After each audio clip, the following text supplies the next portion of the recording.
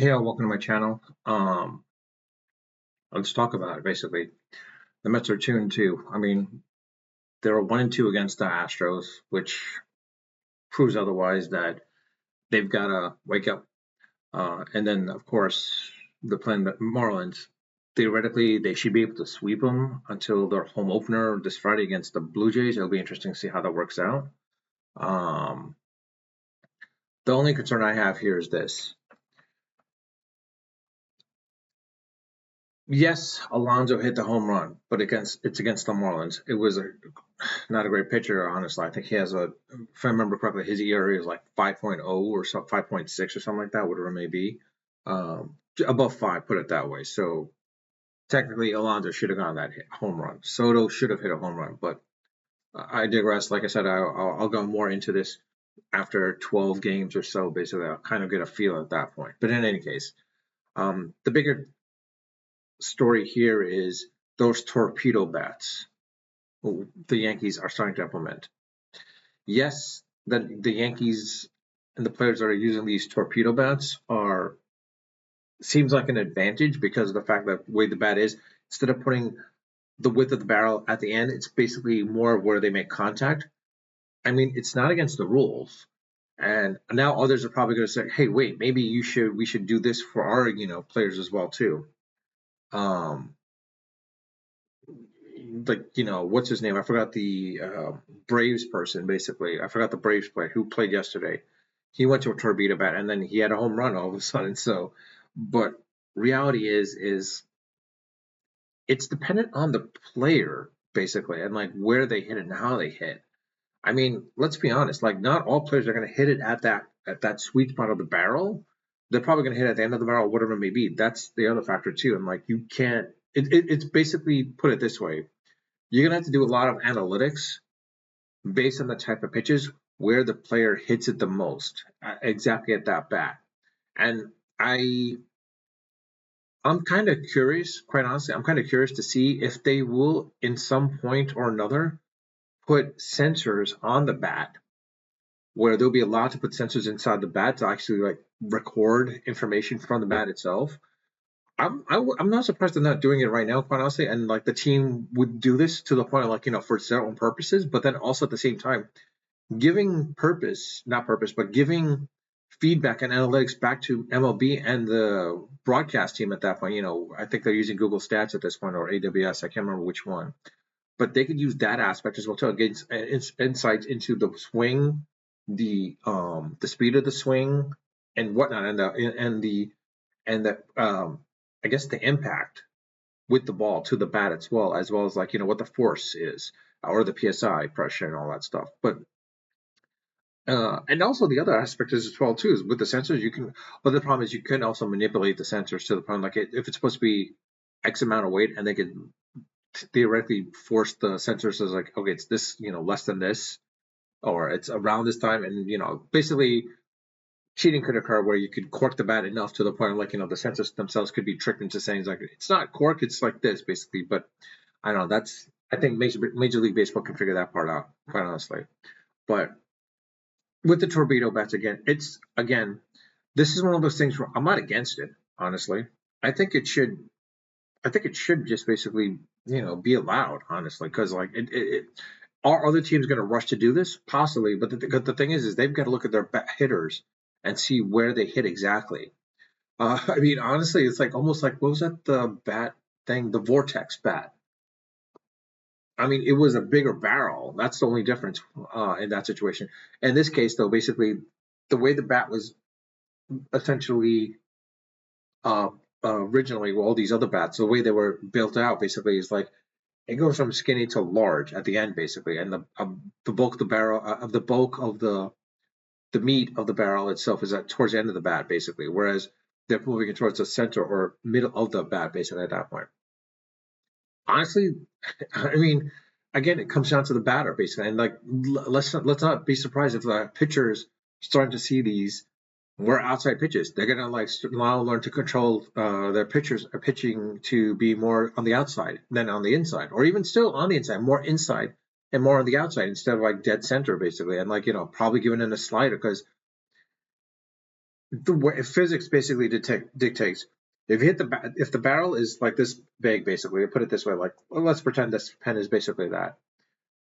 If you have the barrel of the bat basically here, and if the ball comes in, yes, if it hits dead center, boom, yes, it's gonna, or above, or just right here, basically, yeah, it's gonna go up. But if it hits below, it's gonna be a lot of ground balls, especially if you can throw a slider or a sinker in place where it basically like, or breaking, basically where it breaks to the point where like it hits the bottom of the barrel. You're gonna have a lot of ground balls very easily, and it's gonna be more and more ground outs. Yeah, it's going to be good for the game in the long term if the batters can adjust and they could, and they'll be hitting more and more home runs. But quite honestly, at that point, I don't know what's going to happen. It'll be interesting to see how it works out with the newer generation when they come up. Especially a 19-year-old kid, if he starts hitting home runs right off the bat, how long before Mark McGwire or Barry Bonds' record of the most home runs in a season, and as well as most home runs overall, can be broken at that point, where it's not juicing it, but it's more bat alterations and such.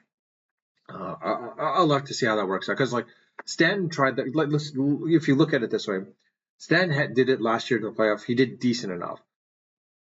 Judge didn't, and he's still not doing it, and he's still hitting the home runs. I think he knows where he's hitting, basically. Like, he's hitting towards the end of the barrel of the bat versus in the middle of it. So, I mean, most of the players that hit it in the middle, yeah, it makes sense to do that. Why not? Pitchers are just going to have to adjust at that point. The only problem, my only concern is two factors is this. They're making it more and more difficult for pitchers, and you're not seeing great pitchers as you used to see it in the past. But at the same time, this will prove like who are the really good pitchers at this point, like who are the most dominant, the most superior pitchers that learn to adjust.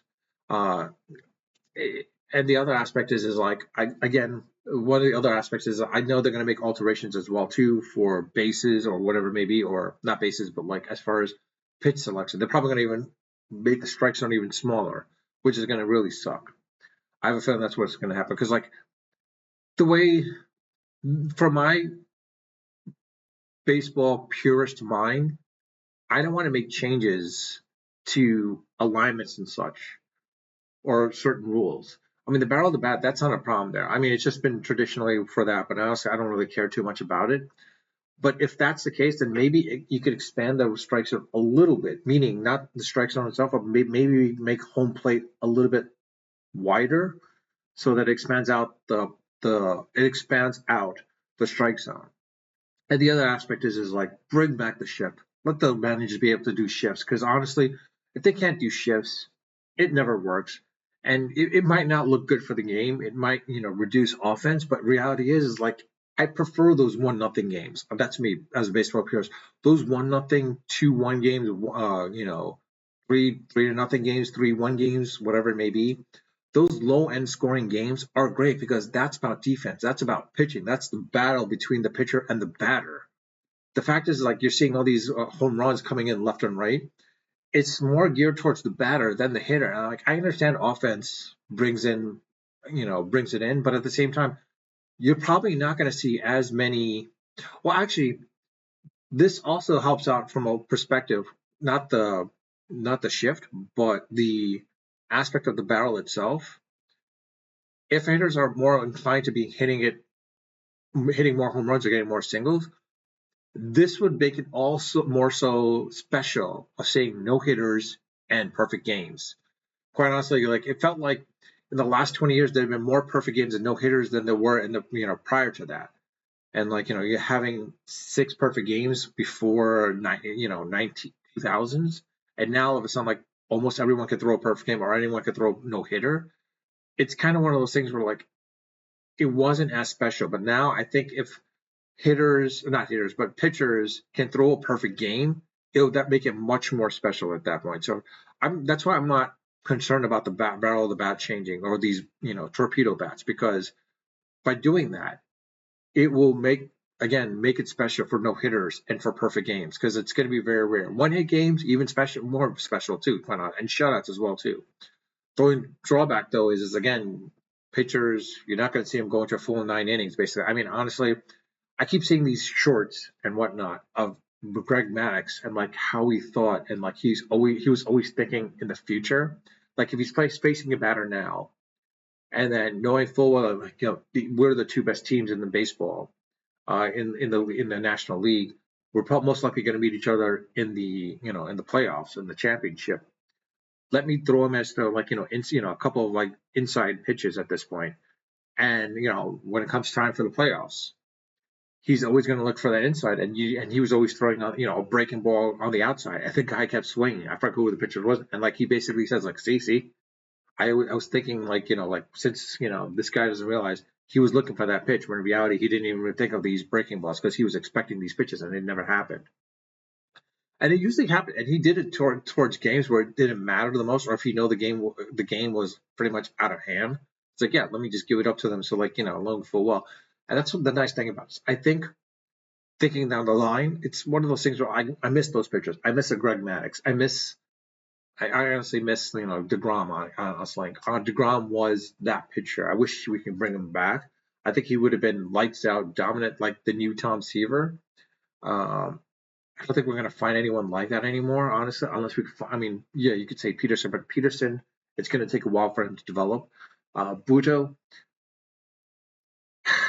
I hate to say this, but like Buto is showing his inexperience and his lack of pitch selection.